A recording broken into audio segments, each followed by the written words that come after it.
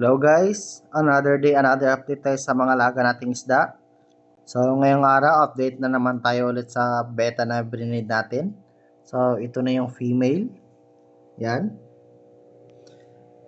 Tapos ito yung isang beta. Hindi pa natin nahahanapan ng pair. Yan, so check na natin.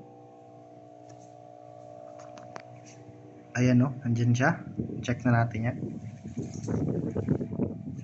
Wait lang.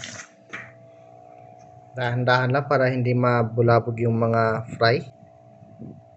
Check natin. So ayun guys, positive ulit. Na-hatch na yung mga fry, ay yung mga eggs. Ayan sila guys oh. Klaro nyo, ayun oh. Ayan, dami nila oh.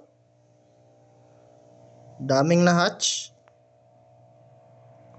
Ayan, nandyan sila sa gilid-gilid. Ayan oh, mga maliliit. Ayan guys, dami. Ayan oh.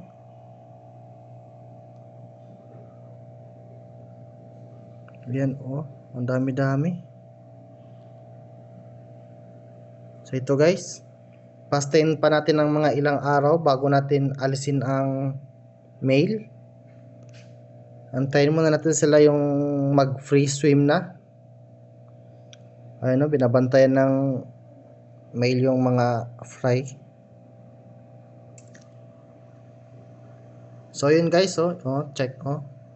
Yung mga itim-itim, yan na sila. Yan na yung mga fry. Yung mga puti-puti na sa ilalim, yan oh, yung mga yan. Mga fry din yan pero hindi pa sila nakakalangoy. Antayin na lang natin mag free swim na sila lahat. Tapos doon na natin i-separate ang male. Ayan, so successful ang pag-hatch ng eggs.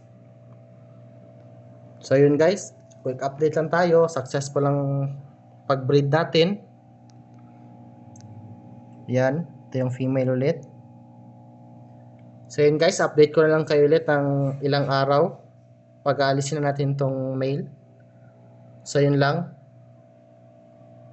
Update na lang ulit. Bye bye.